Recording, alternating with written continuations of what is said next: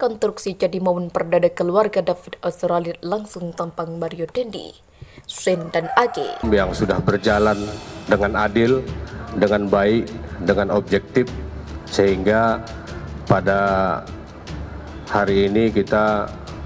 sampai hari ini kita sudah mendengar kasus ini mulai terang benderang. Itu maka ketentuan aturan hukumnya juga ya yang harus diperhatikan dan diimplementasikan juga berbeda. Ini kita tidak dalam konteks untuk membela kepentingan si A dan si B. Ini berlaku secara umum dan ini yang seharusnya dilakukan kepada mereka anak-anak yang berkonflik dengan hukum tadinya. Ya, salah satu cara yang digunakan oleh polisi ini adalah melakukan reka ulang penganiayaan di tempat kejadian, begitu. Nah, kalau dari knowledge-nya itu sendiri, kenapa harus dilakukan seperti ini, ya? Ketika dilakukan reka ulang ini adalah kembali membangkitkan memori dan emosi pada saat peristiwa tersebut. Kita tidak dalam konteks untuk membela kepentingan si A dan si B. Ini berlaku secara umum dan ini yang seharusnya dilakukan kepada mereka anak-anak yang berkonflik dengan hukum tadinya. Nah, pun proses pertanggungjawaban pidananya tetap berjalan, kan begitu. Kita mengingatkan bahwa Ananda David itu punya hak juga untuk hak-haknya dipenuhi ya sebagai korban. Jadi ketika Mario dan juga Shane dibawa ke tempat tersebut, yang harusnya tampak ya, yang diharapkan tampak adalah adanya kembali mengulang kembali memori yang pernah terjadi tersebut. Karena selama ini kan hukum acara pidana kita secara umum, Mas Tifal, itu selalu bicara hanya di ketentuan pasal 98 kalau saya tidak salah ya, bicara ganti kerugian dan rehabilitasi. Hanya bagi korban itu hanya beberapa pasal dan bahkan kalau bisa dikatakan hanya satu pasal itu saja yang kuat sekali untuk bicara tentang kepentingan korban. Dan kita kadang kalau bicara kasus ini lupa bicara tentang kepentingan David secara hukum kan, bahwa juga punya kepentingan hukum lain, mungkin juga manuver lain juga bisa dilakukan dalam hal upaya hukum tadi, bukan hanya dari proses pidana tapi juga secara keperdataan. Rekonstruksi jadi momen perdana keluarga David Ozora langsung tampang Mario Dendi, Shane dan Age.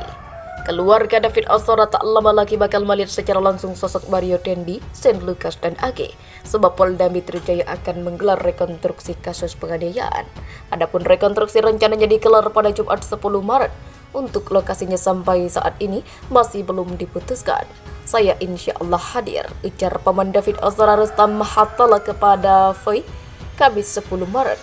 Namun tak dirinci siapa saja perwakilan keluarga dari David yang akan hadir dalam kegiatan reka ulang adegan aksi penganiayaan yang dilakukan Mario. Hanya saja disampaikan bila ayah dari David, Jonathan Latumahina, akan hadir. Tak akan hadir, alasannya karena ingin tetap mendampingi putra tercintanya itu hingga sembuh total. Kalau ayah David sepertinya akan tetap fokus temani David di RS, kata Rustam. Sebagai informasi, rekonstruksi kasus penganiayaan David Ozora sedianya dilakukan hari ini, namun terpaksa dibatalkan dengan alasan beberapa saksi berhalangan hadir. Ada beberapa saksi yang berhalangan hadir serta beberapa pertimbangan teknis. Maka untuk rekonstruksi kasus penganiayaan dengan tenaga MDS dan kawan-kawan, dengan tersangka MDS dan kawan-kawan, sementara kami pending, ujar Direktur Reserse Kriminal Umum Polda Metro Jaya, Kombes Hengki Haryadi. Nantinya 23 adegan akan diperagakan. Tujuan rekonstruksi itu guna mencari persesuaian antara keterangan saksi dan pelaku dengan alat bukti yang telah dikumpulkan. Kita lihat dari gabungan beberapa alat bukti, keterangan saksi, keterangan tersangka, persesuaian di antaranya daripada unsur pasal yang kita sudah sampaikan, kata Hengki. Sebagai informasi dalam kasus penganiayaan David ada beberapa perkembangan. Pertama, polisi memutuskan penahanan Age di Lembaga Penyelenggara Kesejahteraan Sosial selama 7 hari.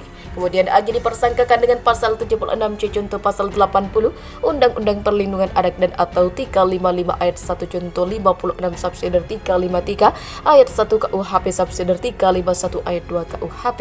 Untuk Mario Dendi disanksi dengan pasal yang lebih berat. Kini ia dijerat dengan pasal 355 KUHP ayat 1 subsider pasal 354 ayat 1 KUHP lebih subsider pasal 353 ayat 2 KUHP lebih subsider pasal 352 ayat 2 KUHP. Kemudian pasal 76C contoh pasal 80 Undang-Undang Perlindungan Anak. Lalu untuk Shane Lucas disangkakan dengan pasal 355 ayat 1 contoh 56 KUHP subsider 354 ayat 1 ke 1 KUHP. junto pasal 56 KUHP lebih subsidiar 353 ayat 2, junto 56 KUHP lebih subsidiar 351 ayat 2 dan atau 76C, junto pasal 80 Undang-Undang Perlindungan Anak.